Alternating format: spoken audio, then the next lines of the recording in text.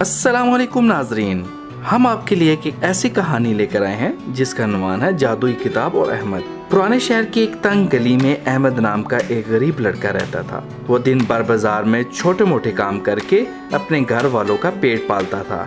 मगर अहमद के दिल में एक ख्वाब छुपा था, मैं पढ़ लिख कर बड़ा आदमी बनूंगा।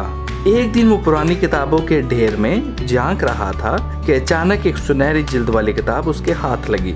जैसे ही उसने किताब खोली, इसके अंदर से रोशनी की एक किरण निकली और किताब ने कहा, अहमद, अगर तुम इल्म से मोहब्बत करोगे तो मैं तुम्हें कामयाबी की राहें दिखाऊंगा, लेकिन शर्त ये है कि कभी हार ना मानो और हमेशा सच्चाई का साथ दो। अहमद ने वादा किया।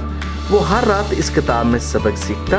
किताब उसे कहानियाँ, सबक और नई नई बातें सिखाती। वक्त गुजरता गया। अहमद मेहनत और इल्म की बदौलत एक बड़ा आलम बन गया। लोग दूर दूर से इसके पास मशवरा लेने आए। एक दिन एक अमीर आदमी ने अहमद से कहा, तुम गरीब थे, ये सब कैसे मुमकिन हुआ? अहमद मुस्कुराकर बोला, मेहनत, सच्चाई और इल्म की ताकत से, और ये सब एक पुरानी किताब ने मुझे सिखाया था।